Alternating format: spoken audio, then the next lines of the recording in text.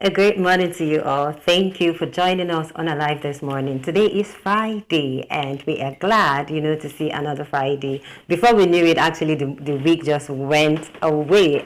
But we are happy that another weekend is here. My name is Tanti Azal, and I have with me a communication analyst. He is Akin Fatunke. You're welcome, sir. Tanti, it's always a pleasure to be here. Today is Friday. Today is 13th. Friday and 13th. Goodness and mercies will follow us. Of course. All the days of our lives. And I say good morning to our listeners. Nice to be here. Of course, it is nice to be here. And we are starting straight up with our paper review. And we are starting with the Guardian newspaper this morning. And on the Guardian, we have the bold headline here says, poor funding, low patronage rob Nigerian sports 500 billion naira revenue yearly. And you will see that on page 4 and 5. And we also have on page 6, it says controversies trail appointment of lawyer Olukoyede as EFCC chair. Well, we also have on page 7, it says federal government talks tough on sexual harassment in universities. And we have on page 10, it says CBN lifted restrictions on 43 items, unveils measures to address distortions. And we have on page 10, we have 23.8 million family businesses contribute $200 billion to Nigeria's economy yearly. And that is all we have on the Guardian newspaper this morning. And I'll go straight to Tribune this morning. We have on Tribune, the bold headline there says, CBN lifts Forex ban on 43 items to intervene in Forex markets. And that you will see on page 6 on Tribune newspaper. And we have dismissed Atiku's appeal for lacking merit, Tinubu tells Supreme Court, and that you will see on page 28. And we have on page 12, it says how flood affected cassava, maize, beans in 18 states. Well, we also have on page 2, it says nomination open for 2023 Obafemi Awolowo Leadership Prize. When you go down, you will see Senator Uba dumps YPP defect to APC, and that you will see on page 29. And when you go to page 3, you will see Ajulo Falana's wife, 56 others for SAN rank. And on page 3, still, you will see Reps probe alleged victimization, force, imprisonment on Nigerians in Ethiopia. And we have on page 26, it says Navy destroys 3 million liter capacity illegal refinery camps in Rivers.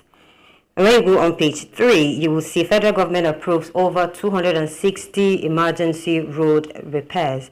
And on page, when you go down to page 8, you will see Tinubu appoints Olukoyede as new EFCC chair. And that is all I have on Tribune this morning. And I'll go straight to the Nation's newspaper. And on the Nation, the bold headline there says, Atiku's appeal lacks fact, Tinubu tells Supreme Court. And we have on page 5, which says, work begins on 260 federal government roads nationwide. Well, and we have Olukoyede gets nod as EFCC chairman. And that you will see on page 26. And still on the Nation newspaper on page 26, you will see Africa's debt relief call. Legitimate says IMF MD two die injured in Osun Church building collapse. And that you will see on page 26.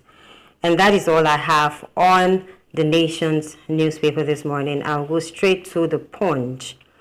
And on the Punch, biggest headline, we have CBN raises dollar supply, lift ban on cement, 42 items. And we have on page 25, it says Oh, sorry. Let me still take the... Okay, we have on page 20... Sorry, I'm battling with the pages. We have on page 28, LPPC names 58 lawyers, son drops 11 professors. And we have on page 4 and 5, it says 2 die, others injured in Ocean collapse building. We still go on to page 8, you see PSC promotes 12 commissioners, 5,706 police personnel. And that is all we have on the Punch this morning. And that is all we have on the paper review. But before we go, we've been seeing how it has been on the headlines, how Atiku and Tinubu is saying that, Atiku's appeal should be dismissed because it has no merit. What do you have to say about that? A little, we are going to go into a deeper discussion about that earlier, but later, but I just want us to have a little bit of background on what we are going to be discussing later. What I think about that is that process, structure, and purpose is the bulwark of law. You are not and you cannot be pronounced guilty until proven beyond reasonable doubts that you're guilty. So irrespective of the way you look at it, I dare say first, Atiku Abubakar had a legitimate rights, and he went through a process and came out with allegations, and these allegations has to be taken to court, whether it's the court of first hearing according to structure. The Supreme Court will let us know that. But what Tinubu's lawyers have come up with is also a structure. It's a table tennis game.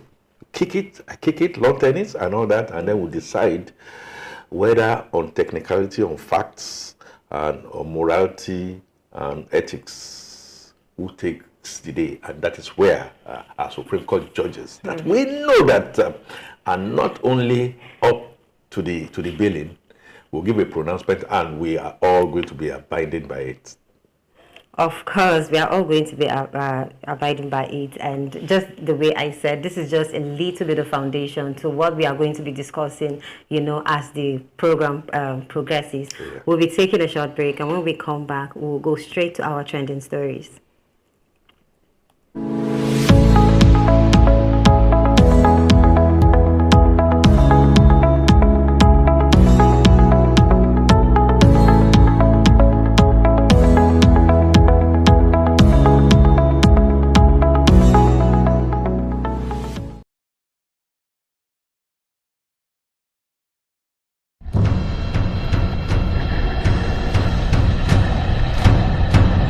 Hello and welcome to Live News. The immediate past Minister of Youth and Sports Development Chief Sunday Dare, the federal government of Nigeria has taken punitive action against the sectarian. Nigerians have expressed fear over the possible shutdown of businesses and job losses. See, things are just going higher every day. For a fact that going from here to Ombalin Day before was at 300, but now is at the high side of 700, 800. The subsidy costs us trillions of naira yearly. Such as a vast sum of money will have been better spent on public transportation, health care, school, housing, and even national security.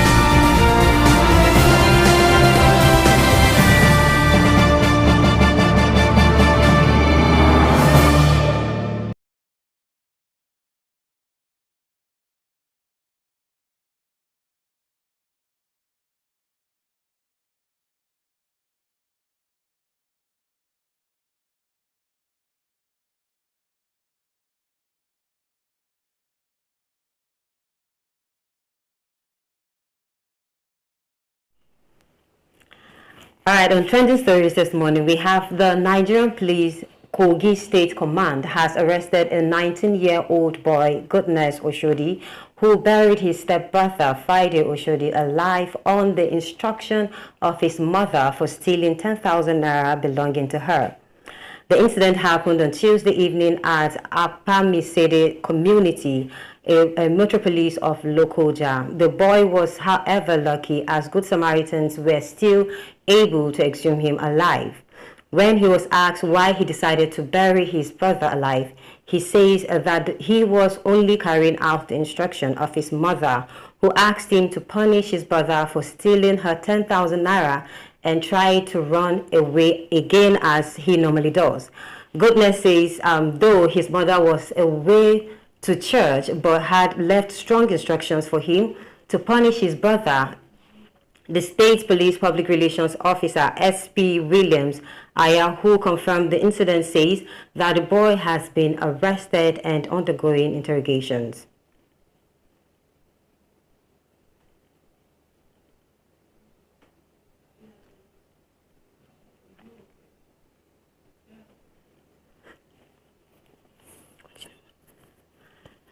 President Bola Ahmed Tinubu has approved the appointment of Ola Olukoyede as the executive chairman of the Economic and Financial Crimes Commission. The presidential spokesperson, Ajuri Ngilali, made this known in a statement issued on Thursday in Abuja. Ngilali says the president appointed Olukoyede for a renewable term of 4 years in the first instance, pending his confirmation by the Senate. He added that the appointment is in line with the powers vested in President Tinubu as established in Section 2, Subsection 3 of the Economic and Financial Crimes Commission Act 2004. Ngilali says Olukoyede is a lawyer with over 22 years of experience as a regulatory compliance consultant and specialist in fraud management and corporate intelligence. He says Olukoyede had previously served as the chief of staff to the executive chairman between 2016 to 2018 and the secretary to the commission between 2018 to 2023. Ngilali also stated that President Tinubu had approved the appointment of Muhammad Hassan Hamajoda to serve as the EFCC secretary, adding that the appointment is for a renewable term of 5 years in the first instance, pending Senate confirmation. He said Tinubu tasked the new EFCC leadership to justify the confidence given to them in this important national assignment as a newly invigorated war on corruption. In our next story, we have the Nigerian police force has paraded 54 suspected kidnappers, robbers, and armed bandits who were apprehended in different states at the Special Anti-Robbery Squad office in Abuja. It took murder suspects that claimed the life of one Mr. Adeniyi Ojo, the son of Chief Emmanuel Ojo, a prominent figure in Ilorin, Kwara State, on the 16th of October 2023, were among those paraded. Joseph Joy Adama, 22 years old, says they tied the deceased under the guise of having a sex room and demanded money from him, but when he was not forthcoming, they resorted to drugging and suffocating him, leading to his untimely demise. Another paraded suspect was 26-year-old Zachariah Adekole, who was arrested on the 4th of September 2023 on attempt to kidnapping which occurred in Abuja involving Tian Jiankwan, a Chinese national residing at Wuse to Abuja. Luckily, Jiankwan, who managed to escape his captors and promptly reported the incident to the police while attesting to the crime, Zachary confessed to his role in the kidnapping attempt while admitting that he, along with 3 other individuals, had planned the kidnapping. Because of me being on the bed and just harassing him and everything, my friend went to the bag. We already had this thing before. We already had retinol in our bag that we were supposed to give to him so that he would sleep after, so in case. so that we'll be able to leave. So my friend poured it in her hand, and when she tried to pour it into his mouth, he turned his face away and it didn't enter his mouth. He said he didn't need it to lighten up his mood. So I think at that time she was now getting impatient because it was raining before.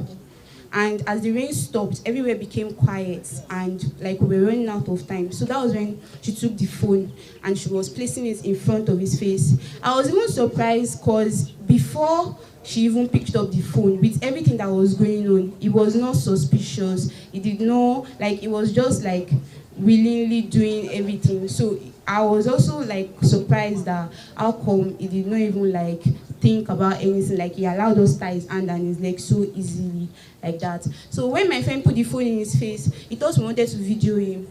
So he was not like, we should not video him, we should not video him. That was when he now pushed me off the bed because I was already sitting like on his leg before. That was when he now pushed me off the bed. So my friend got on him and she put the phone in his face and tried to like unlock the phone with his face, like since he didn't have, because the man is like, he did not have like cash or anything with him that day in his pocket or anything, and we didn't go to his car, so there was nothing else that we could do except if we were able to like get money from his account. So when my friend put the phone in front of his face, that was when he now freaked out and he now started like shouting and everything. I don't know how he managed to lose the rope that was used to tie his hand, and he started hitting. Man just drove in. So when the man drove in, I asked the two guys, the Kapali and the JVC, to go and meet him. So when they went there, they were like, "Boss, how your side? Boss, how your side now? How you dey?" So the man was shocked and was surprised. Although he was drunk and was acting somehow. Who are you? All this kind of stuff. So the JVC was like, "Master, na me, all this kind of stuff." Then I just pissed off, like because what Kapali was doing is like he's just pampering the man. So I just so that was how I went there. When I went to the man's car, I started pushing the man. So he started calling my name, Zaka. I said he shouldn't come, and if he come and I'll do something. So I started pushing and asking to transfer money to the Kapali. But me, I want to take his, that is green card, everything that belongs to him, because I know he has his 2 phone, green card, ATM and everything, and token. So I want to take all those things. So the man, after all those things, I was pushing him and when he was trying to like, then he ran away. Then the Kapali followed him. Then JVC followed him while I was standing at that place, thinking maybe they would catch him and bring him.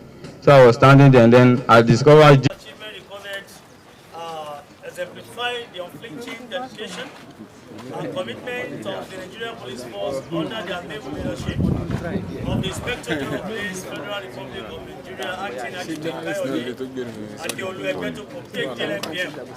Our primary objective remains the safety and security of every resident at Great Britain, and our resolve remains unshakable. We will continue to work tirelessly, relentlessly pursuing wrongdoers, criminal elements and deviants, and ensuring a safer Nigeria. We want to seize this opportunity to still reassure Nigerians again that we will not relent in our effort in making sure we have a safer community in this country. I want to urge you, please continue to work with the police, to share information with the police and other security agencies, so that we can have that country we all desire, we all yearn. On Hamas and Israel war, the U.S. Secretary of State Anthony Blinken on Thursday assured Israel of the support of the United States of America. Blinken stated this during the meeting with Prime Minister Benjamin Netanyahu as war rages between Israel and Hamas. Giving an update on the death toll for U.S. citizens, Blinken says at least 25 were confirmed among the dead. U.S. President Joe Biden in the past few days has expressed his support for Israel. Blinken, however, hinted that peace settlement might be employed over the war. Blinken promised that the Biden administration and Congress would work together to meet military requests for Israel, which enjoys wide support across party lines. Netanyahu, on his part, appreciated the U.S. for support and says that Hamas, which rules the blockade Gaza Strip, should be treated like the Islamic State group.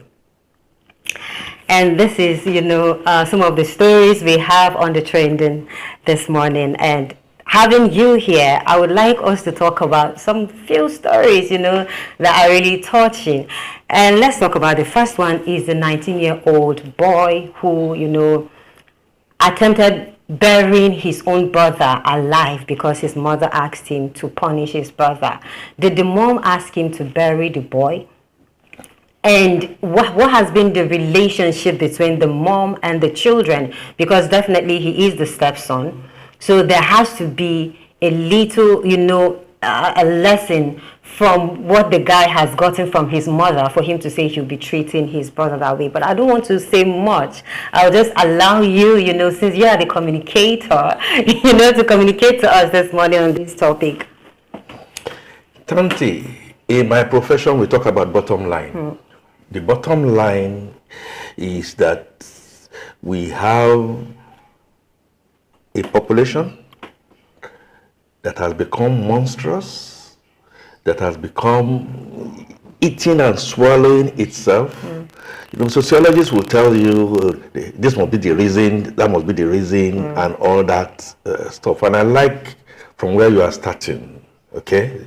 Did the mother ask this young boy to bury the brother?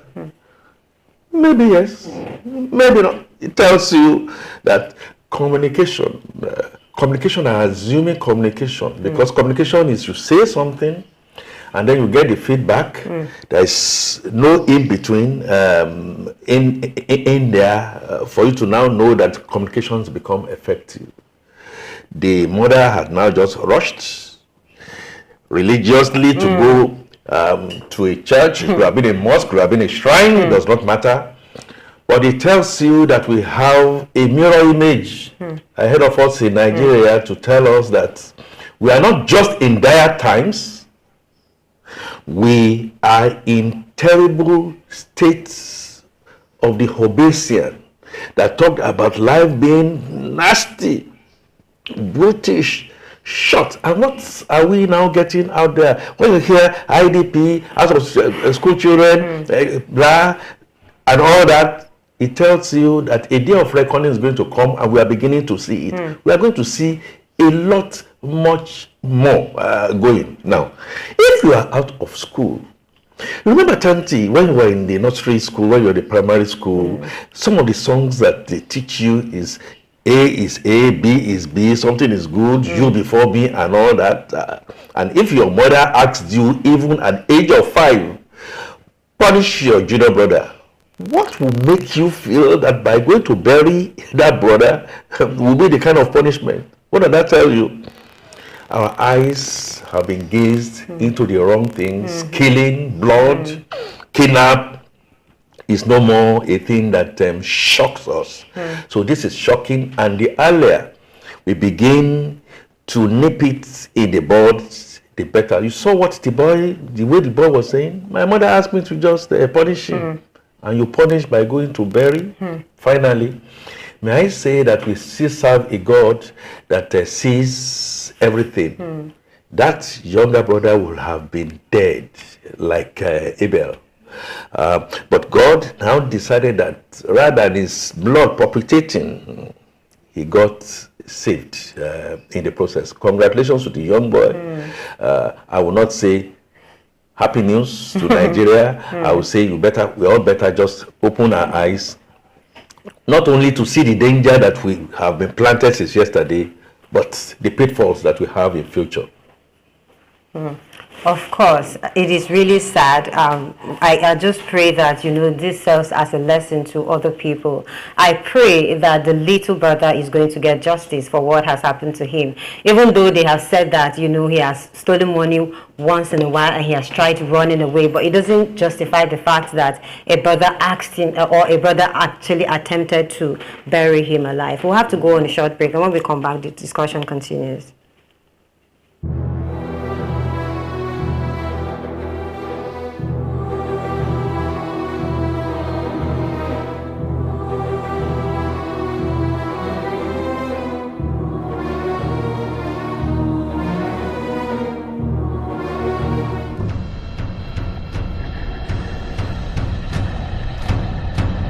Hello and welcome to Live News.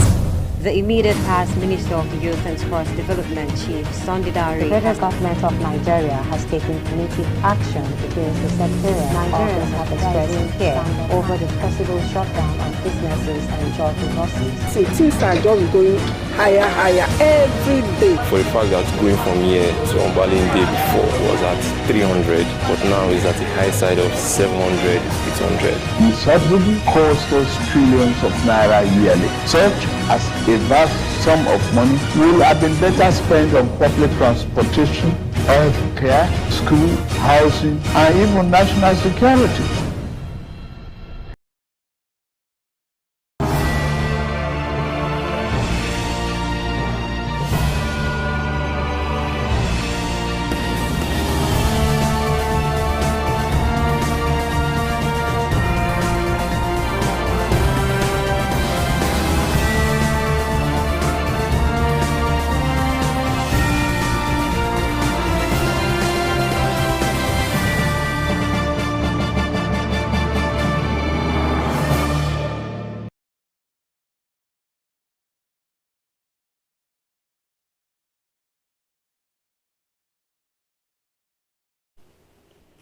Welcome back, and now we go straight to a live discourse. On our discussion today, we'll be talking about President Bola Tinubu has been charged by a coalition of civil society organizations and political parties for good governance to strip the presidential candidate of the People's Democratic Party, Atiku Abubakar, of his national honor, the Grand Commander of the Order of the Niger. The coalition on Thursday claimed there is nothing grand about Atiku, who seeks to rubbish the office of the president for partisan reasons. The demand of the coalition came at the time Atiku accused President Tinubu of submitting a forged certificate from Chicago State University to the Independent National Electoral Commission. The convener of the coalition, Ene Lilian Obole, during a press conference held in Abuja, also charged Nigerians to ignore the presidential candidate of the Labour Party, Peter Obi, for dragging the image of Nigeria in the mud. She says stripping Atiku of his national honor will serve as a deterrent to others so that Nigerians can begin to henceforth attach some regard to the office of the president. Well, joining us now as we go deeper into this conversation is a public/political analyst. His name is Charles Marindoti. Hello, Charles.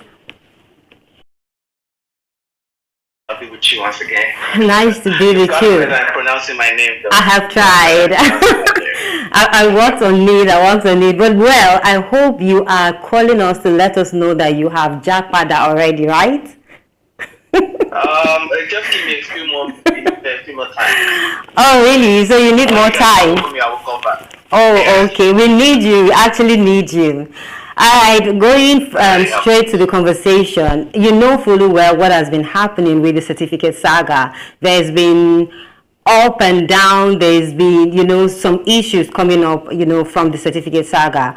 And I just want you, to talk about, some Nigerians are saying this is a distraction, and a distraction that is not even supposed to come from someone like Atiku. And you can see, a coalition of, are coming out to say, Atiku does not deserve any honor. He has no, he's supposed to be stripped of his honor. So we want you, to talk about this saga that has been going on lately and how it is really affecting Nigeria.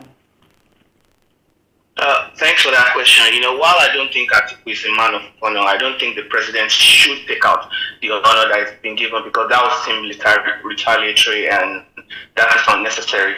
Atiku seems like is definitely a very star loser. Atiku is trying to do the proverbial campaign after election. He's now trying to, call Peter Obi to his side, and that one also has jumped behind his boss.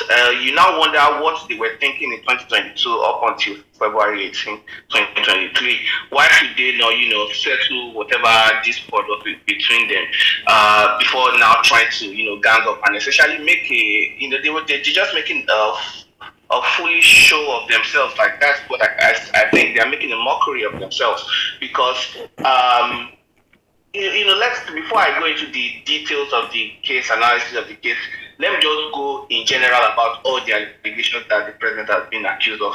They said you didn't go to school. The school that you went to has said you went to school.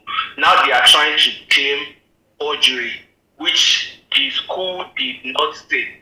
So, and then some people like Peter Obi now came out and said the president should come out and reintroduce himself. Well, if the president has told you all these things about his life for the past, over 30 years that he's been in public space, and you don't believe him, what else can he do to convince you? Maybe Peter Obi and his minions or whoever has questions should wait until they get to heaven and then ask God himself who President Tinubu, maybe God should tell them at that point they will believe, but that's just by the side. Let's go to the issue of the whole forgery thing that they are talking about. Because what they are trying to do is they are trying to twist the deposition to confuse Nigerians essentially.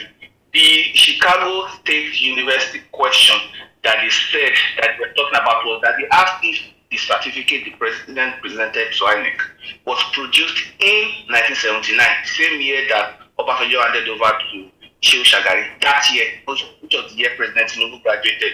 And they said no, because they have changed their design. And so, if that was the only, information that we have, we can say, okay, maybe that's sketchy, right? But the president already told us that Abacha, while he was fighting for the democracy that all of us enjoy now, that Abacha destroyed his certificate, petrol-bombed his house. So if the president was able to present that 1979 certificate in 1999, when the election was being, when INEC was formed in 1998, we will not have to say that, but you said Abacha destroyed your last certificate, so how come you still have it? That would have been the question we would ask, right? That certificate had been destroyed, and then it was reordered in, and I'll say around 98, 99. And the evidence is also in that certificate. Part of the document that CSU revealed, there was a CSU 06 of someone who graduated in 1979 but reordered the certificate in the 90s. And the design of that certificate, because that person did not pick it up, was the same as the design on the president's, on the president's certificate that was submitted to INEC in 99, which was when he reordered it. There's also another, because I actually even went further to analyze this certificate. The president of CSU, around that period that the president would have reordered it, was, her name is, and it's on Wikipedia, her name is Elnora Davis. If you look at the certificate that the president submitted to INEC, you can, even though it's a signature, you can almost read the name Elnora Davis on it. And that person was in office from 2008 to 1998 to 2008, and you can see on all the on all the certificates that were within that range, it was that same consistent signature, including the one that the president reordered in 2003 that had the error in the name. So how can you say? I mean, and the other thing that they are also using to confuse people is the fact that they showed the registrar the INEC certificate, which was a photocopy of a photocopy of a photocopy. And they asked him, can you verify that this came from CSU? And the guy said, we are not qualified to do that because he is not a forensic analyst. You are showing him a photocopy. And the question I'll ask is, if you are a bank manager and I gave you a photocopy of a check, can you verify that check, the photocopy check that I've given to you. No, you can't verify it because you don't have the original. But the most important thing was the transcripts. And the transcript showed that the president was not just a student, he was a stellar student. Then I saw another thing, and my mind is just going far because I've seen a lot of things about some people who were saying they were fact checking the BBC's fact check. And they said there was a problem with the president's certificate having with honors, but that was missing on the other students. That shows that the president is exemplary. The president is smarter than most other students. Not everybody graduates with honors. Not everybody will graduate with a first class. So the president graduated with honors. That was why there was with honors in that certificate. I don't understand. I don't believe that I have to be, explaining all these things for people. So I just want, and I'm just saying this for Nigeria, so that this is not about, hiding anything or just, this is not about the technicalities, about the merit of the matter. What Atiku achieved essentially was helping President Tinubu validate his certificate. Whoever has, maybe any doubt before, it has been cleared right now by Atiku. Atiku is the tool that President Tinubu used to get elected. Atiku is the tool that President Tinubu used to validate his own certificate at whose expense? At Atiku's expense. So that is just what I want Nigerians to know in terms of don't let them confuse you. Well, Maridoti, I have a communication analyst also in the studio, and I would also want to hear from his own opinion before we go back to you. All right, sir. We are talking about, I mentioned that you should relax until when we get back to the certificate issue. To the bit of it. Yeah. Charles Maridoti, thank you very much. A couple of things I'd like to signpost here, and please let me quickly, in line with ethics, make some declarations, because this is public television. I make a declaration that the President of the Federal Republic of Nigeria, President Bola Tinubu, is known to me. I also make a deposition, perhaps Tanti will be the one that will administer that oath, that he employed me to work in Mobile, January 1, 1988. I make a deposition to say that the man that hired me, I already say it's a man, is actually a man, and we worked together for long. I also make a deposition, Charles, in what you were saying. I'm saying facts now, that when you mentioned that the Abacha goons bombed not just his building at Balarabe Musa Songa in Ikoyi, it is the house that is directly opposite CVL. CVL is run by Professor Patutomi, the house directly opposite that. I also make a deposition that, but for the American government, going through the American embassy in Nigeria, Mrs. Oluremi Tinubu would have been bombed into smithereens. Sorry, I was there. So we approached, we got intelligence information that they were coming to bomb the house, and we got in there and we saw Mrs. Oluremi Tinubu, and we said, "Madam, you have to follow us almost immediately," and all that. And she was saying, "What was the matter? Is my husband dead?" At that time, Nadeko. 10 minutes after that, the house was razed down. I am making these points to what Charles Maridoti mentioned of the fact that it is nearly 99% true that Mr. Bola Ahmed Tinubu's certificates, if he had it at that time, would have been blown into smithereens. I haven't said all that. I agree with Mr. Maridoti when he started and said, irrespective of how you look at it, he just does not believe that the coalition of the political parties should now begin to swing in shallow waters and all that. I would not also want to go to that route. 30. It is also very true that take it or leave it, our image has been dented. Our image has been dented. A lot of people now look at it and say it's Bola Tinubu that is being dented. Yes, I agree. He's the one that is perhaps limping in the perception of all. But it is our image of the office of the president that has been dented.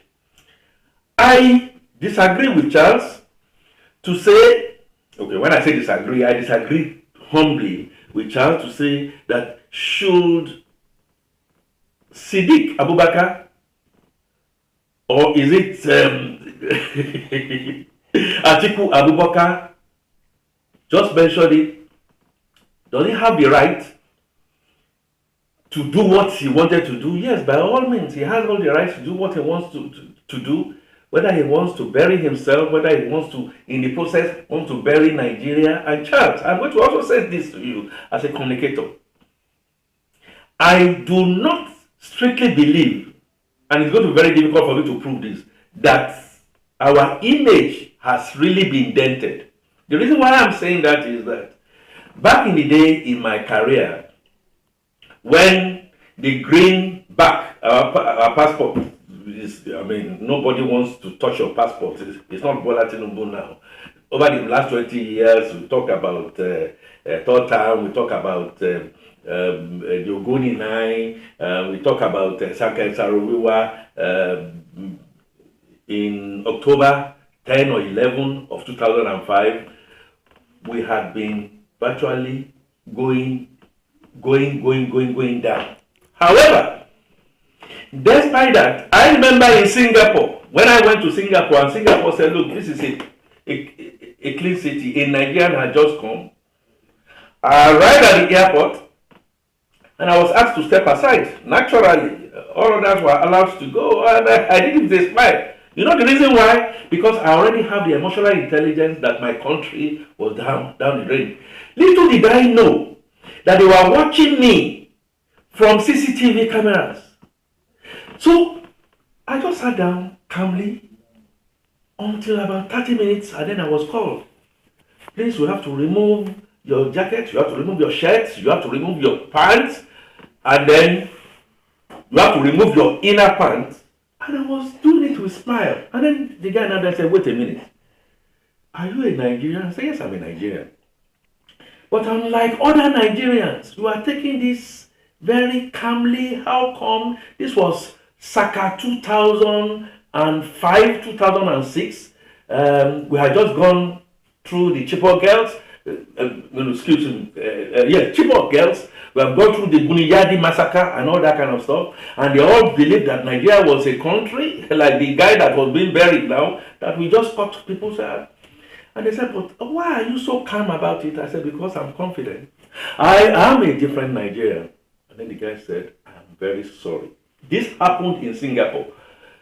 I am saying that, and when I now went into my lectures and stuff like that, they were all white. They all gathered around me. I agree that the perception there may not be very good for Nigerians, but you there be an oasis of difference by just one man. By just one man. So I think at the end of the day, whether you like it or you don't like it, for me, it is sub judice. They have gone to the Supreme Court. I also am hearing that Mr. Peter Gregory Obi, whether the social media is right or wrong, is also saying that because the Bible says that if you are standing, stand firm, lest you fall, and all that. Things are being alleged. They are also being alleged, all fighting the same battle. Now, in 2005, I was called not too long ago.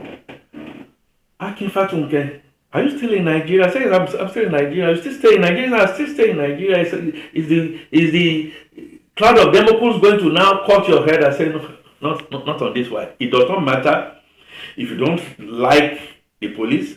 It does not matter if you don't like the judges. It does not matter if you don't like me. It don't matter if you don't like Tanti. If you don't like Mr. Maridoti. It's now because of the way he's speaking. It doesn't matter.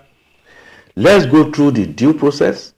That due process will crystallize first week, maximum second week of November. We now have a direction that we need to go. But there is also a lesson learned. Jesus Christ in the book of the Bible, historically now, did something, and people took stones and they were going to throw stones at that harlot. Everybody said, oh, she's guilty, she's guilty. Jesus Christ now then made a statement. I'm not saying she's not guilty, but whoever amongst you that has not been in sin, let him or her cast the first stone. And they all drop their stones. There's a lesson to learn in here. At the appropriate time, I think Mr. Bola Ahmed Tinubu, the president of Nigeria as we speak, should be a statesman, should be a father to all, should be all forgiving, because we have a task ahead that, irrespective of what is going on around him, will prevail for the whole of Nigeria. Charles, I put my hand on my chest to say I am a Nigerian. I'm very proud to be a Nigerian. I will always continue to be a Nigerian, irrespective of what's happening today. Well, okay. And going further, we have to talk about the credibility of our leaders also, because these are people we have put our hopes and beliefs on. And at the end of it, all these things are happening. And many Nigerians are questioning, the credibility of our leaders these days. Maridoti, going back to you now, what would you say will happen to Atiku's ambition or political ambition with all that is happening? The groups coming out to say, Atiku is just trying to rubbish the country, and this is not only him. It is not only it is of selfish interest, and you can see that they have said it, but for a partisan reason. So we want to know, or what do you think about our leadership right now? Yeah, thanks. And I'll love to say this, that Atiku to me, I think, is more like a broken furniture. He's of no use anymore. You have to, replace him. He's already 76 or something. And when we are talking about the image of Nigeria and when it comes to credibility, let me give a bit of fact that is public that you can Google. The FBI actually did drive a corrupt American politician who went to jail by the name of Jefferson J. Williams to Atiku's house in Potomac, Maryland, where they had an agreement that they were going to bribe him. That is a fact. So when we are talking about our image, people like Atiku that have worked for decades for the history of their career from when it was important to damage it. What President Tinubu is trying to do right now is to repair the Nigerian image so that our greenback would hold a lot more pride and a lot more, make us proud, because the economic policies that he has started are things that should have been done for decades that he's starting to do right now. And when one of the things that really I find it very disheartening, but Daddy was saying the other time, that he was there, he had real life experience of the Abacha's crimes against the President Tinubu. I was maybe around that time, maybe a 4 or 5 year old. I could feel I could understand the fear of the Abacha regime, but I didn't have the mental awareness. Indeed. It is just so disheartening to me, it's painful to me that a hero of our democracy, the scar tissues that he got from that fight for democracy is they are trying to use it as a debar issue for him in court, because it is just disheartening. It is like asking the son of Martin Luther King to go and produce his father if he wants to prove that he's his son or something. It's painful. This man lost his certificate because he was fighting for democracy. It was a sacrifice that he paid.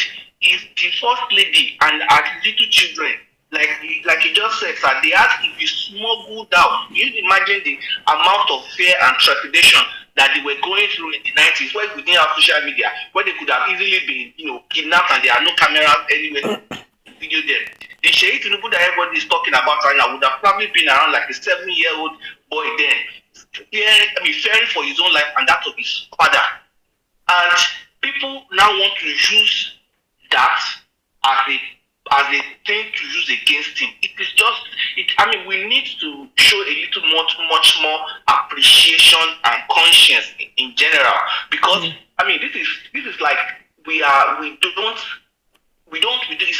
cannot appreciate the gravity of the sacrifice that this man went through. How he was almost assassinated twice. I have to read this and educate myself too. Maybe Nigerians at home should also educate themselves. This man, after his escape to Benin Republic and went on an asylum visa to the UK, he came back to Benin Republic again, and they also sent another person trying to antagonize the Abacha administration, and they sent assassins to come back to his hotel room. That he said he escaped because he had been nice to the front desk in the hotel. So that guy gave him a signal that these guys are here to see you. And that was when he now finally left. He was separated from his wife for years until they were able to use the trust in the American world, because for him to go back and meet her. These were the sacrifices that these people made in the 90s. And maybe because the median age of Nigerian is probably like 18 years old, so all of them were born in 2000s. The majority of Nigerians were born during the democracy actually. Maybe that's why they don't have that much appreciation for the suffering and the trials and the travails of people like Asiwaju that led to what we have right now. Because it is really something that I take a little bit maybe too personal. And sir, can I tell you now that when Atiku went on his freestyle expedition in the United States, President Tinubu actually said it was going to cause an irreparable damage to him, and that damage has been caused right now. If you look at the documents that CSU released, his social security number was publicly displayed. That social security number, the implication is that fraudsters, internet fraudsters right now, can start using the president's identity to buy a house, to take loan. They can assume his identity. They can actually get access to his bank account. They can open an account in his name because they have all his information. That social security number is a number that you are not supposed to release. And the CSU also violated Illinois law by releasing that document. And this is the thing that we are talking about. I have never seen a place whereby you say one has no right to privacy. Because I feel like the president should sue Atiku for this, for releasing his vital information on social media. So this is something that I think we also need to look at and think about. It is they are hounding this president because they know he is going to free Nigeria from their claws. They have been, they have held Nigeria down by the jugular. When the president is saying let the poor breathe, he is talking about the harmful predatory business dealings of these guys over the years that have kept Nigerian people impoverished and suffering. They know that he is going to, release Nigeria from their bondage, and that is why they are so. This is the election that is the most contested in the history of this country, and it is the one that has, it is the cleanest and the freest and the fairest, and then it has raised so much animals and so much, undue talk that it leaves me wondering. Okay. Why are they so vicious? Well, Marindoti, we'll have to go on a short break now. I have to cut you there. But when we get back, we'll allow you continue with your conversation. Let's go on a short break and we'll be right back.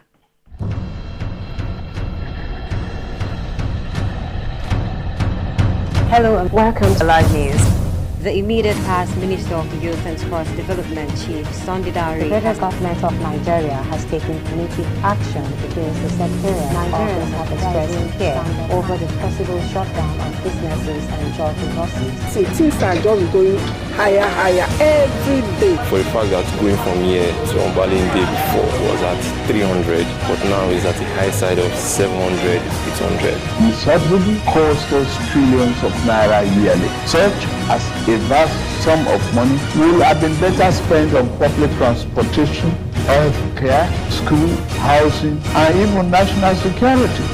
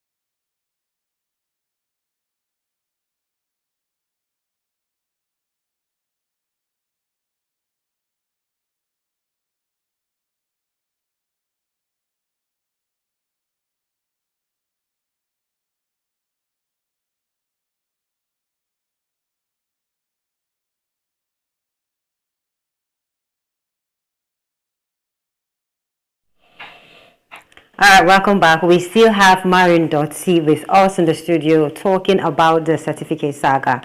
Marion Dotty, you can continue from where you stopped. Yeah, thank you very much. So, I was just talking about, the violation and the undue assault, frontal assault that the president has been subjected to. And I think he needs to also seek legal redress after this whole issue has been cleared out, because this is nothing but there is nothing in this whole Chicago brouhaha that they are trying to misconstrue as true and used to confuse Nigerians. They know that they didn't have a case, so they are now switching from he didn't go to school now to he forged the certificate, when all the informations are there and clear. So it does not make, it does not hold waters. It doesn't make any sense. The Supreme Court, I don't want to be subject to anything, so I will not talk about it. Let's just wait for the court order to be settled, and then we can now actually go back and seek redress, because I think the president should seek redress over what Atiku has done with his personal information, putting it out there online. Anybody that is in the United States knows about social security number. They know it is a private identity that you don't leak, that you don't release in the public.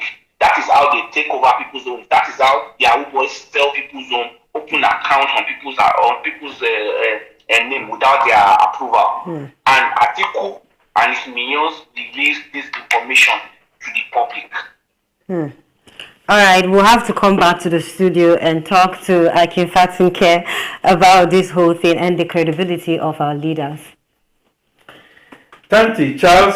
Thank you again. I convey personal experience, and there is something that you said, about President Bola Tinubu. I pray, he sees this clip, and I hope the wife of the president, Mrs. Remi Tinubu, also see this clip, to climb on your back, to say, well, this family has actually suffered. They actually lost a lot, not perhaps known to the public. Our baby from Mrs. Remi Tinubu, Eniola, died in her youth. I will leave it at that. To tell you that they have been going through a lot. They have lost a lot. And I dare say, as at the time when this happened, because Charles was talking about the fact that suffering for Nigeria, the DECO and all that, I am not aware that Bola Tinubu knew 30 years thereafter he was going to be vying to be the President of the Federal Republic of Nigeria. Charles, I will also say this to you, that people call it fishing, people call it looking for trouble and all that. I would say he that is down fears no fall. And you need to just make sure that in law, what you call ad hominem, is the whole essence of what we are going. We leave the substance and go for some other subjects. In football, you say you leave the ball and go for the leg and all that kind of stuff. They say in war, all is fair. I am going to make a prediction now. My prediction is that after the whole topsy-turvy here and there, we are going to have, before the end of this year, a president that is going to be declared by the Supreme Court. I see that president as I am speaking. But because of my respect for the Supreme Court and respect for my age and respect for you, Tanti, and for a live television, I will hold it to myself. But that president is already coasting home to victory. That president, despite the K-legs that he, not a she, that he might be facing right now, will still coast home. And you know something, Tanti? They say the harder the battle, the sweeter the victory. I will hinge on that. That after all said and done, If this president is now capable and able to take us to the next level, hopefully, we will have forgotten all the news and cries. I also want to predict that by December 15 of this year, a pronouncement is going to be made by our esteemed Supreme Court in respect to Nnamdi Kanu, who I know that whoever is the sitting president will abide with and abide by.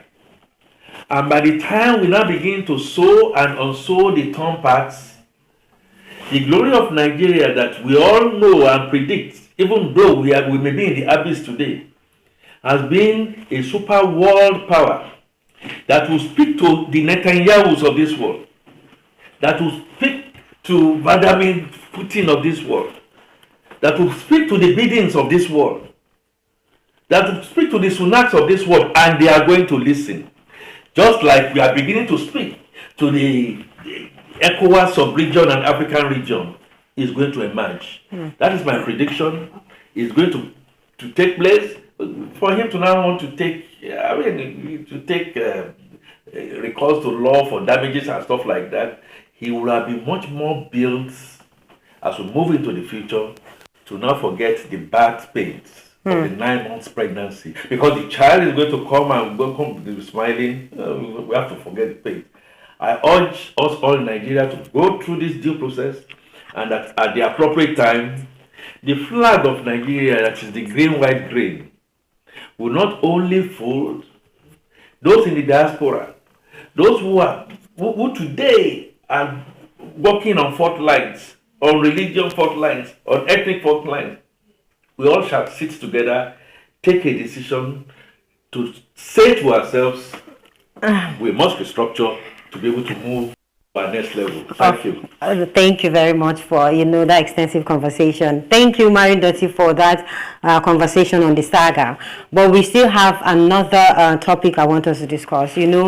Recently the president appointed Olukoyede to be the EFCC chairman, and so many people are coming to have their own opinion on that appointment. Marin Doty, I want you to talk about the appointment and see how fairly it is done, because people are complaining a little bit about it. What do you think about the appointment, and do you think he actually deserves the appointment? Thanks for that question. So while I don't really know much about him personally, I've read a little about his profile, and I know some people are trying to raise some issues about him not being in law enforcement or whatever. I believe the president, who is the man that wants to succeed, has always shown over time that he always picks the best man for the job. So I'm pretty sure the president did that, with a lot of knowledge, and I don't have any issue with it. Some people have also complained about him being the Yoruba man or something, and I feel like regardless of what the ethnicity of the person is, there is no Igbo, Hausa or Takwa man that will complain about the doctor treating them if they get the job done and fix them, right? So far these people deliver and take Nigeria to the promised land, which because everybody in the world are poor. And so I know the president Tinubu has started Nigeria on the path to success. What I just want Nigeria to do is to wait and let us go through this pain in unison. Because when you think about it, if you are in a mud, you have to get out of that mud. But the only way out of that mud is through the mud, and that's what we are doing right now. President Tinubu pulling us out of the whole economic quagmire and the whole issue of corruption and all. And I believe that this man is going to be an impartial person that does not, cannot be used like the last one who was essentially maybe like just a tool for a Emefiele to pull around or something. That one was even dragged into the Naira confiscation crime. So hopefully, the jury is out on him definitely, but I believe from the president's pedigree, he's the man that can deliver on the job. Okay, talking about the same, situation, what do you have to say? Thank you very much, Charles. Yeah, well, Olukoyede has been so many things in the EFCC.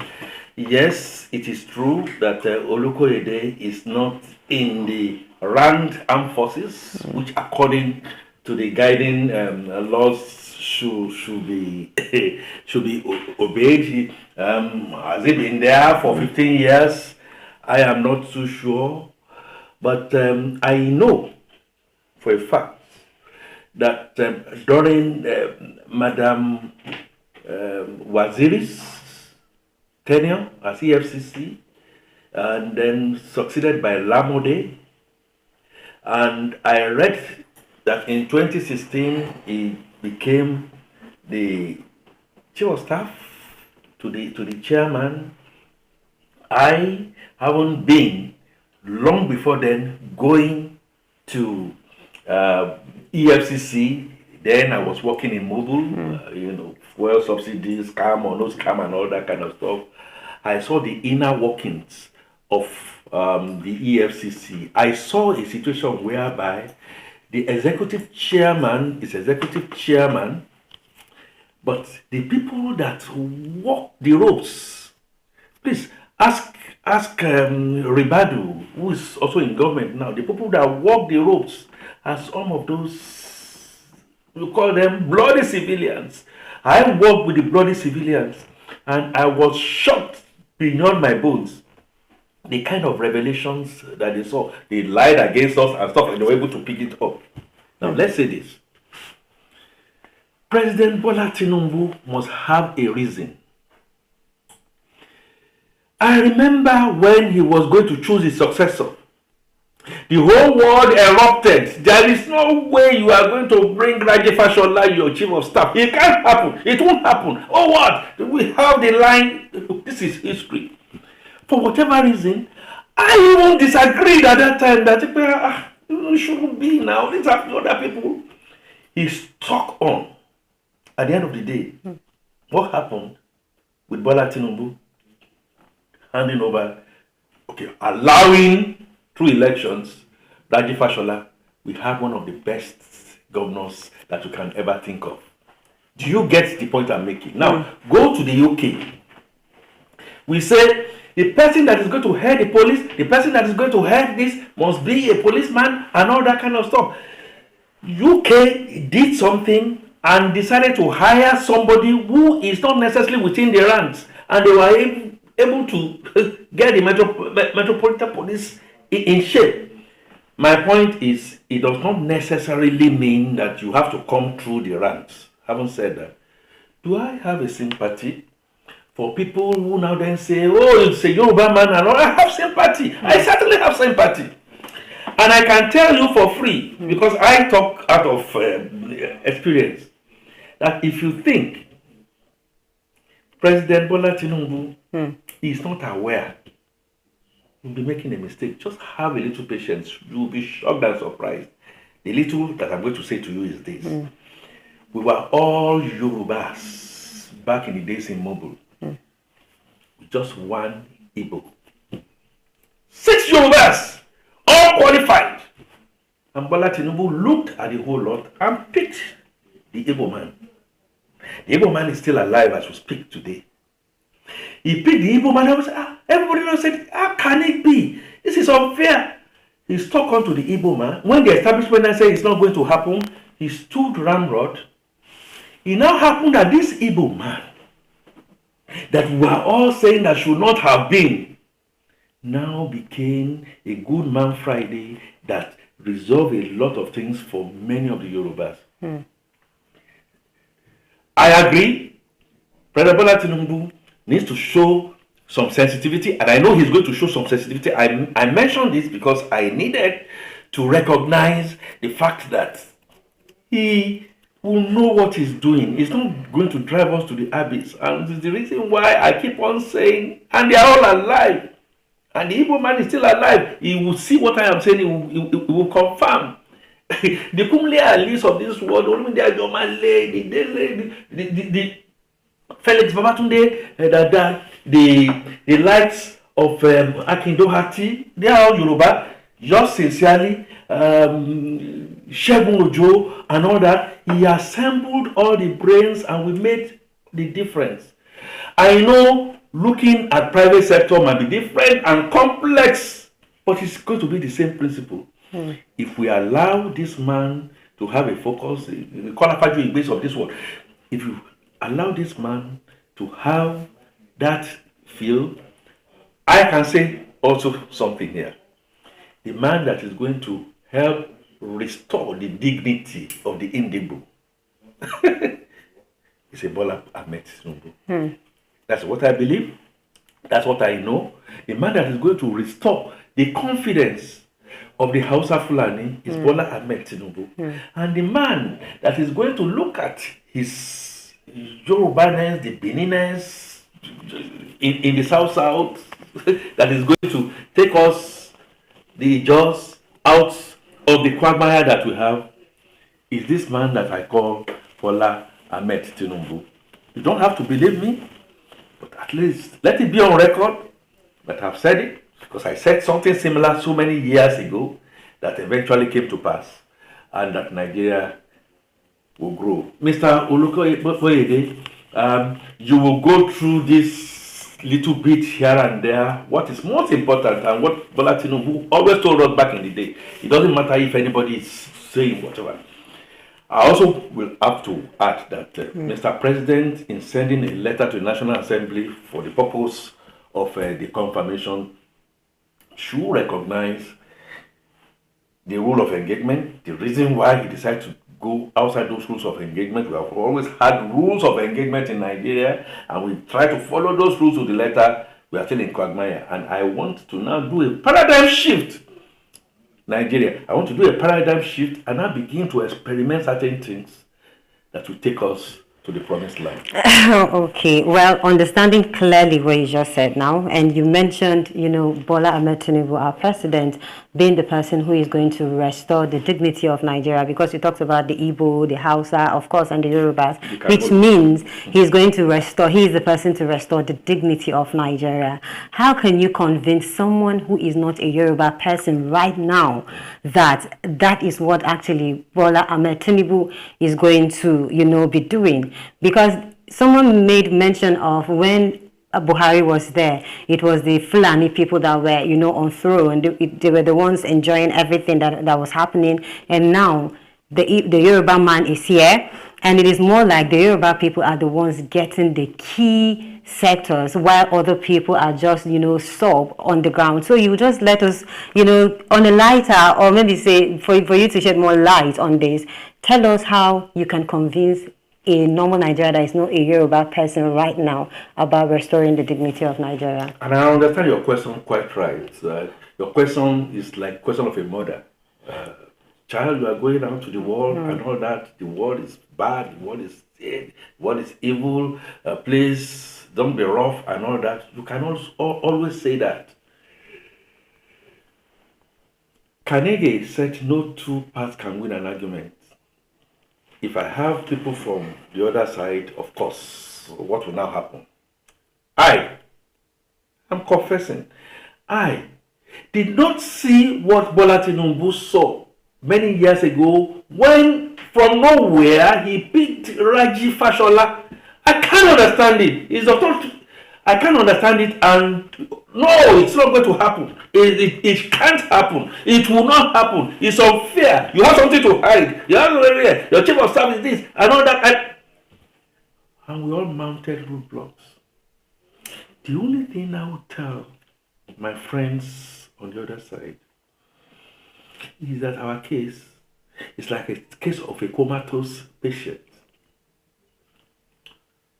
lying there between life and death, and the surgeon comes in. For this purpose, it does not matter if that surgeon is a beautiful woman like Tanti, that I will now look and say, does this one understand medicine? Or it's going to be somebody in all the robes, it's going to be an Indian, it's going to be whatever it is. What needed is that I am going to break my last. If this person will be the only person that might be able to help me, so help me God. And if I go down, I go down. I am saying what I am going to say to them is something similar to what I said on February 25th when the Muslim tickets raged, and nobody believed me, and nobody could believe me that I was not talking on the side of history, and I understand that. And I said, when this man comes in, Christians are going to smile. Are the Christians not smiling? Are they being marginalized today? The same reason I am also saying that I will use to convince my other brothers from elsewhere, from the example that I gave. It is not necessarily somebody from the bowel of your womb, or somebody from the bowel of your house, or somebody from the bowel of your clan that will be the person that is going to help you resolve. This guy has a destiny with history. This guy has a destiny to make pronouncements and does things, listens out, and when he finds that things are not moving in the direction that they should go, he's honest enough to reverse himself. This is the very first time I'm beginning to see some in the economic front tinkering. Market forces cannot be left to work market forces alone, and is honest enough to look for people who will be able to do it. It does not matter. Finally, to assuage Mr. President Bola Ahmed Tinubu, if he continues in office, knows he holds a destiny with history that our brothers and sisters, our kids and kin, who are not necessarily Yoruba, must, repeat, under competence anyway, must also take a bite at the top echelon of governance. And that is the way I see it. For now, the surgeon that has come inside should now be somebody who will be able to resolve and save. And if that surgeon is a 10-year-old, if that surgeon is a 5-year-old, and he can do it, let's give that a bit of a chance. I don't expect that you are going to agree with me, but time will tell when we all come back here alive, and then you say, I can fight to get. I hope everyone agrees with you. Going back to you, Marion Dotty, what do you think about the statement of, tribalism speaks more volume when it comes to Nigerian political affairs? Yeah, you're very right, because the thing is that the tribalism that people talk about is the tool that I think the elite used to confuse and control the other guys, the common man, because they try to say, oh, I'm representing you, but in actual fact, they are not representing you. They are just presenting you for their own, political advantage. I don't personally understand, and I recognize and I acknowledge the whole issue of national character or something, but do you know what? If you are talking about the Igbo people, when the Nigerian economy is better, Igbos are the magnets of business, so they are going to be the first people to fill it in their pocketbook, regardless of whatever their disease is. When Nigeria becomes more peaceful, it is the people in the northeast that will be able to sleep with two eyes closed at night.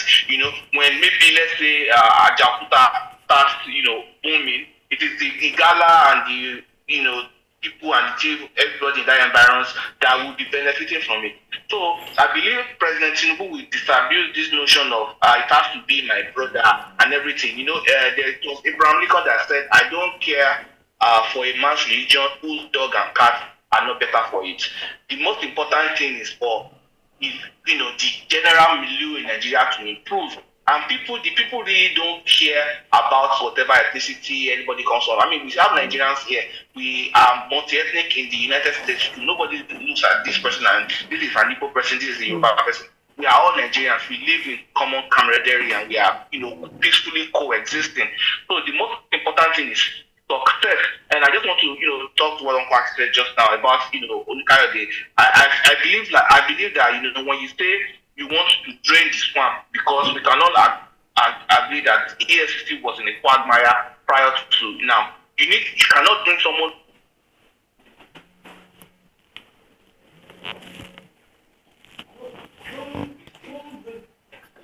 in their own, in whatever charade they've been involved to help you join this one. So I think the president is also would definitely have a more valid reason for choosing that person. But to me, the overriding thing is success. Once the Nigerian state succeeds, then people, subsequent generations will no longer start to think about, is this person my brother? Is this person a Fulani? Is this person? When the education is also better too, I must make that point. When people are more enlightened and then the economy is better, you are now going to start thinking personally. What is best for me? What is best for my pocketbook? What is best for my family? It is whoever can make your life better, regardless of their ethnicity. That is my own conviction, while recognizing the Nigerian diversity. But a Tapa man or a Igbo man that is trying to use his ethnicity to gain credence and gain position, and is not doing anything to benefit his people. Maybe he employs two of his friends, but they are still living in a in a terrible milieu. Of what use is that person to that group? Let's make the whole country grow, because the whole country's growth is going to have to be complementary. That is when we are going to see that all this issue of tribalism or whatever is a non-starter. Just let's make the country grow all together. That's my own view about it. I can see you're really out as a patriotic Nigeria today. You are in a Hausa attire and you're Yoruba, living in a foreign land, and you're trying to show who you are and where you represent. Even though this is not your tribe, but you are representing Nigeria with what you're wearing. Can I please mention that I find it very regrettable that when I was in primary school or secondary school, I was not taught other languages. I wanted so much to learn Igbo or to learn Hausa. I believe that's a part of what is in the renewed Hope agenda. We should make our indigenous languages compulsory, because one of the reasons why you can come to America, go to England, and you learn easily because you speak the same language. So if I can speak English, why can't I learn as a child to speak Igbo and Hausa? And that will make me even closer to my Igbo Hausa brothers. We should make, like they do in India, we should make a regional language compulsory in each region. So if you are in Benin, you are going to find one of the regional languages that you must learn, because we can't allow our beautiful heritage and cultures and languages to go into extinction. We have children right nowadays living in Ibadan, and my own family is also a culprit, whereby I have nephews and nieces living in Nigeria and in Yoruba land, but they don't speak Yoruba. And I always wonder why. So those are things that we need to know, we need to incorporate into our education system that will really make us much more united. If I enter Igbo land and people are speaking Igbo and I don't understand it, I might feel they are ganging up against me. But if we create a Nigeria whereby we learn to speak our languages, that language is very essential. It is the vehicle to the soul. It is how you mix and mingle. Any Nigerian that can speak multiple languages does not have any fear living anywhere, because easily I can communicate with everybody. So let us put a lot more importance in our language. When I tell Oyibo people here that when I was in primary school, they used to flog me for speaking my own language, vernacular. They just uniformly, that is just crazy. That is what they say.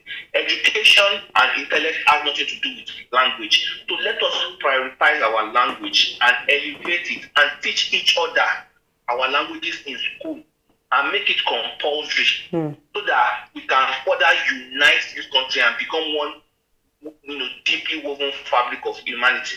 I totally agree with you, which means this is one of the reasons or one of the ways Nigerians can actually come together. And going back to you, sir, what do you think are some of the ways Nigeria can actually come together to show that oneness? First, by clapping for Charles Maridoti for what he has said. I will just give him a little tip. Before you jackpada to Nigeria, and I will teach you one Hausa language, Kadan. Small. Yes, small. And then in Igbo, Otutoma, Okeoma, when you say that to an average Igbo man or woman, he will begin to smile.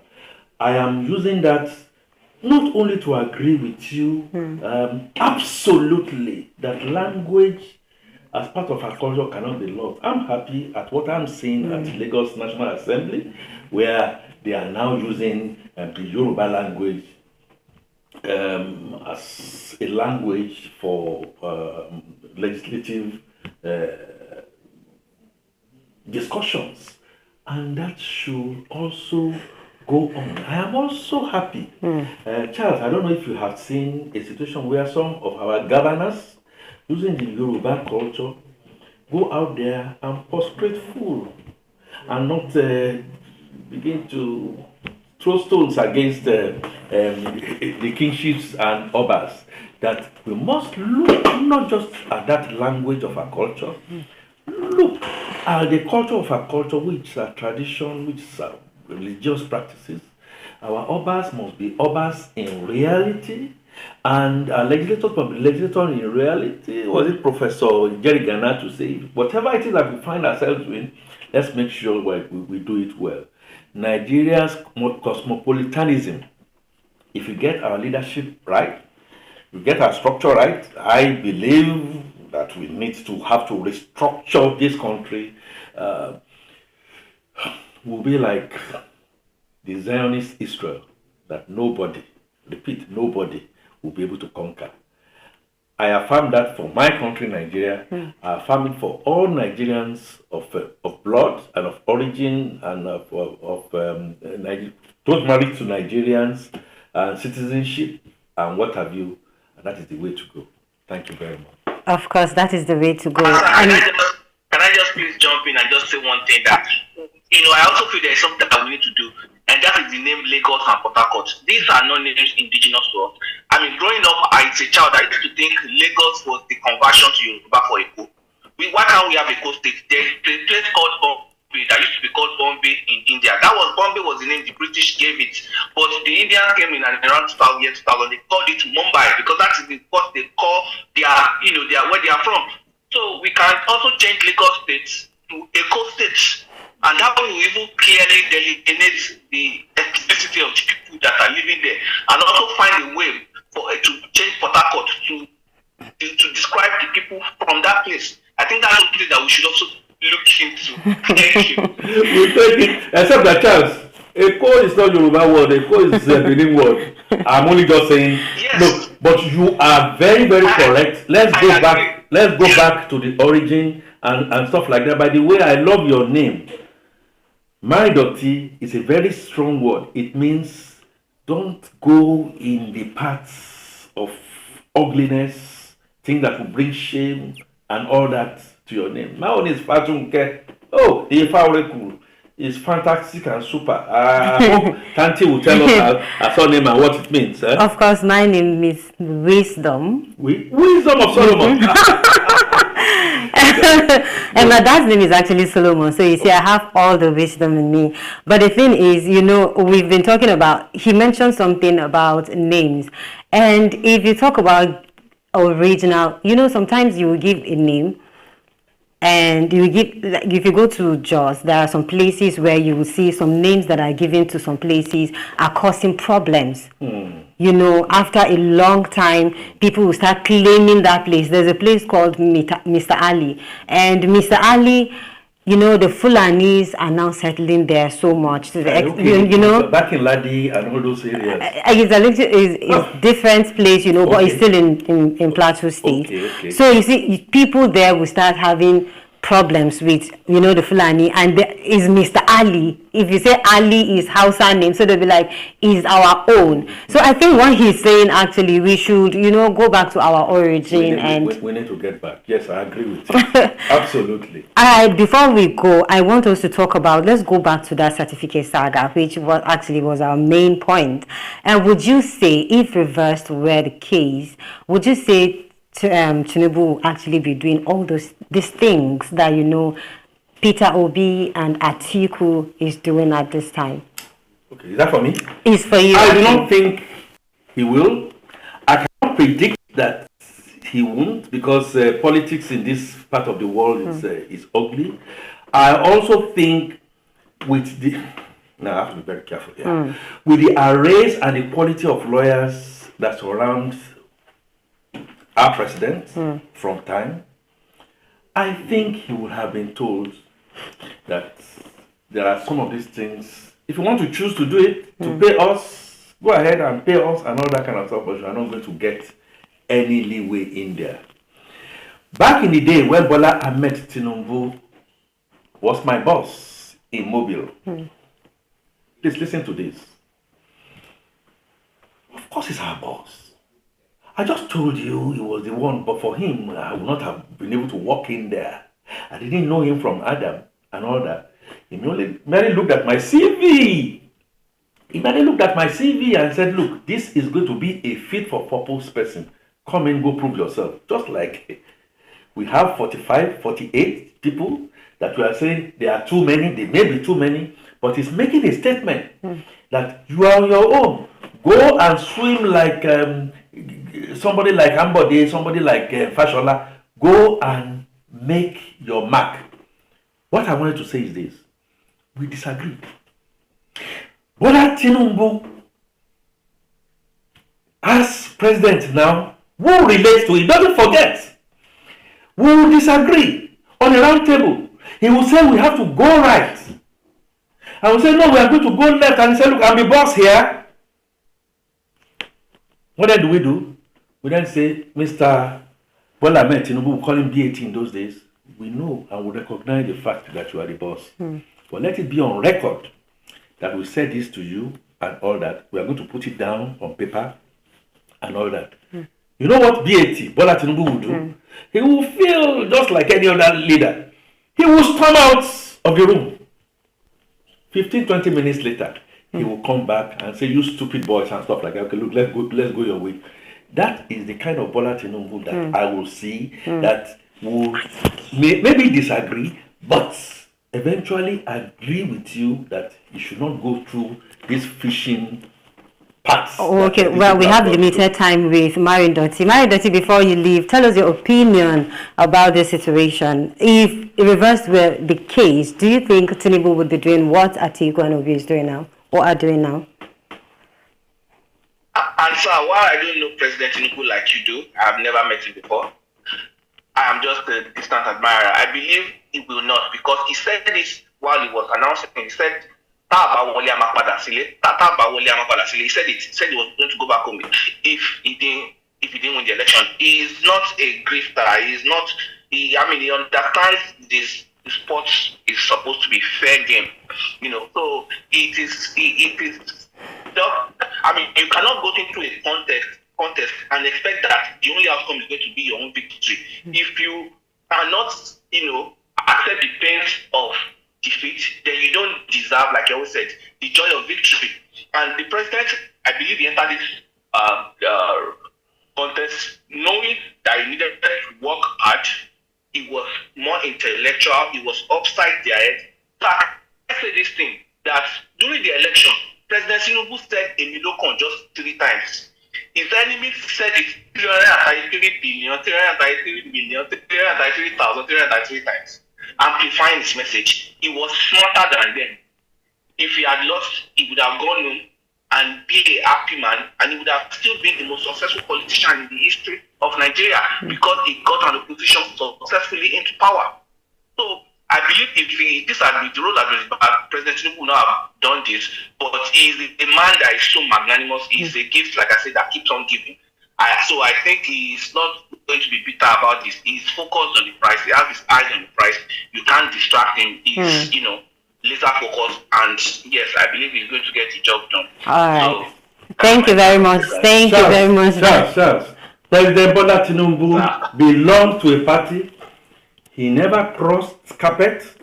He had good, bad, and ugly, terribly ugly within that same party. He's too ramrod.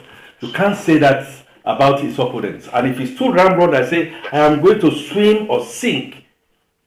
It shows the quality of a man that is not halotic in nature. And it's the reason why I think he would not have decided to jump and begin to now bring his country's image down just because, like Jonathan, he will say, the Nigerian blood is not worth my ambition. Kudos. Wow.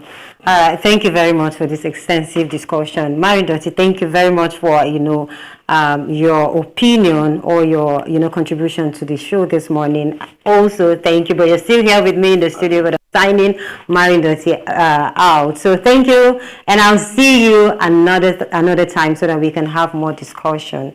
And for now, we'll have to go on a short break, and when we come back, we'll continue discussing with Ike Infantin-Care in the studio. We'll be right back.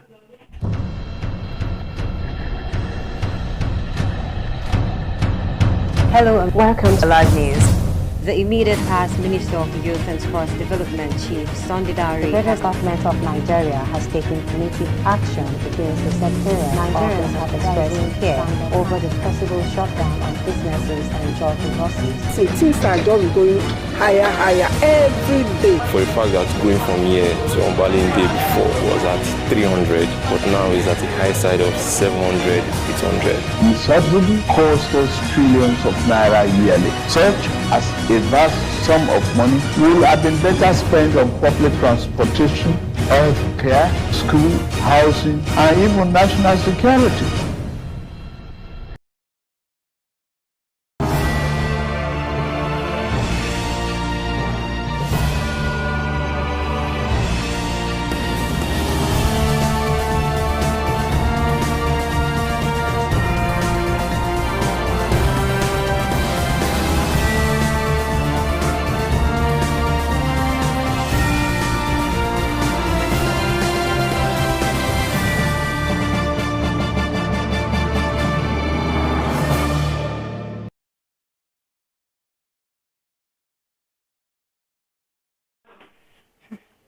You're welcome back. You're still watching Alive this morning. My name is Tante Azar, and I have Ike Infantin-Care with me. And before we started the whole conversation, I want to take us back to where we started. There's a story I read, and you can see how the Nigerian police have been up and doing. I just want us to talk about our security personnel now, or our security agencies, and how prompt they've been lately. I really give kudos to them, but I want you to also have to say something about our security, because you can't talk about Nigeria without talking about security. We've been having insecurity issues for a long time, and we were hoping that the new administration is going to do something different. And I am beginning to see how our security forces are really up and about. So I just want you to also have something to say about it. Thank you. And I will start by first of all acknowledging our security forces, not just within the ambit of the immediate president, past president and past presidents all through.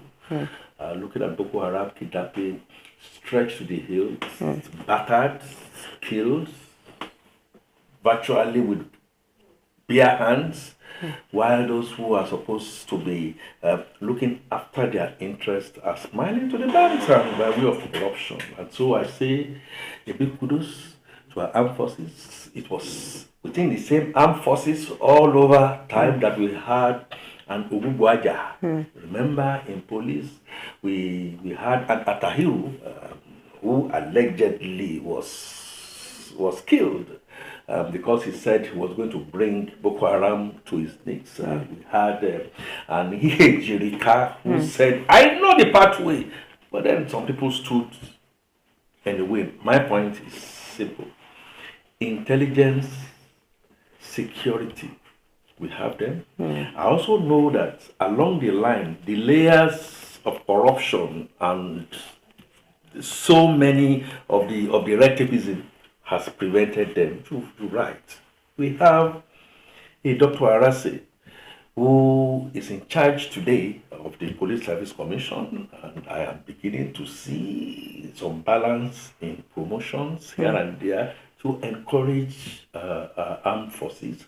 I am beginning to see a president who second day, and this is a president that said, something is gone, it's gone, yeah, came out around the second day to make decisions on the security forces, collaborate or out of the way, and he made that point clear.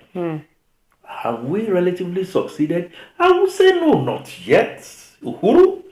But we are on our path to freedom. We spoke earlier about the EFCC coming from somewhere else. I begin to see, making a prediction, that as we move on, the Police Service Commission, the hierarchy of the police, and what have you is going to be made to be fit for purpose, whereby you may not necessarily be along the line.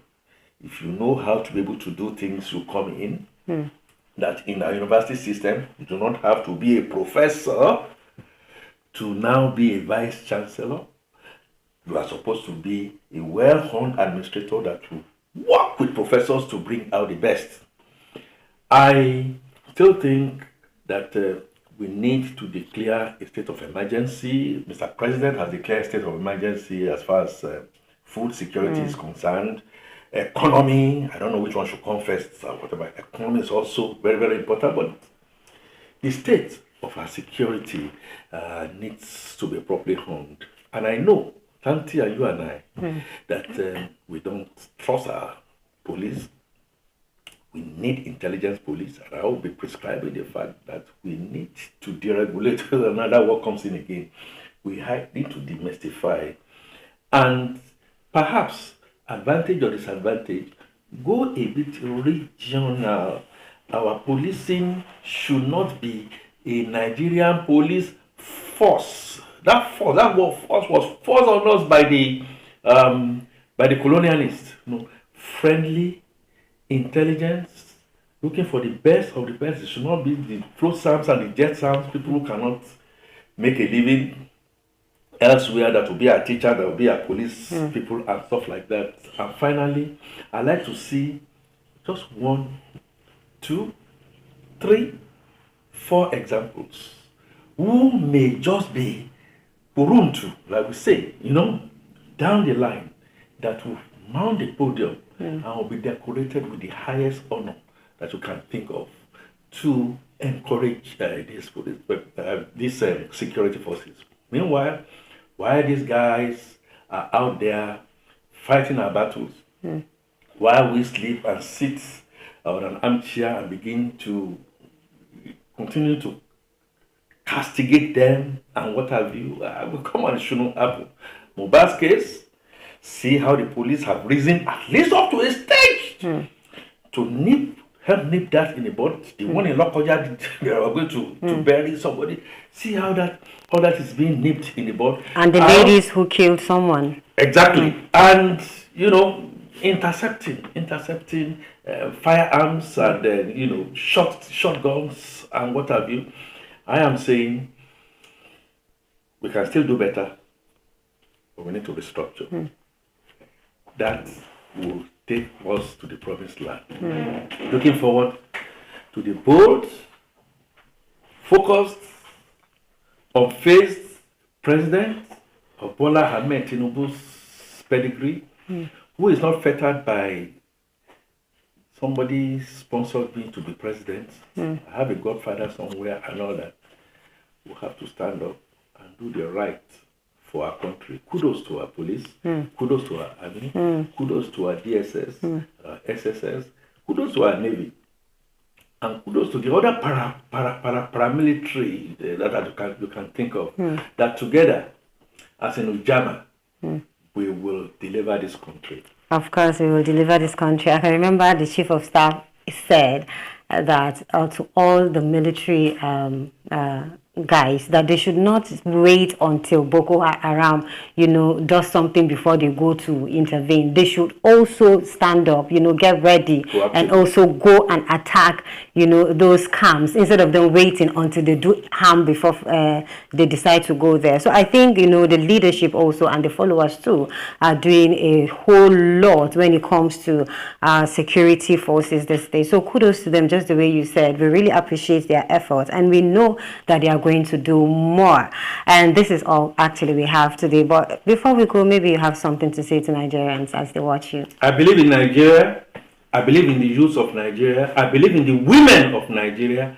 I also believe that those who are physically challenged have something that those who are not physically challenged can see. And together, like the white keys and the black keys of the piano, will get an orchestra. Nigeria will thrive. And that is from him. And from me, I would say, be a good and a patriotic Nigeria. Whatever you do, make sure you're doing it for the good of all. Okay, thank you very much for watching Alive this morning. I will see you on Monday. Bye-bye.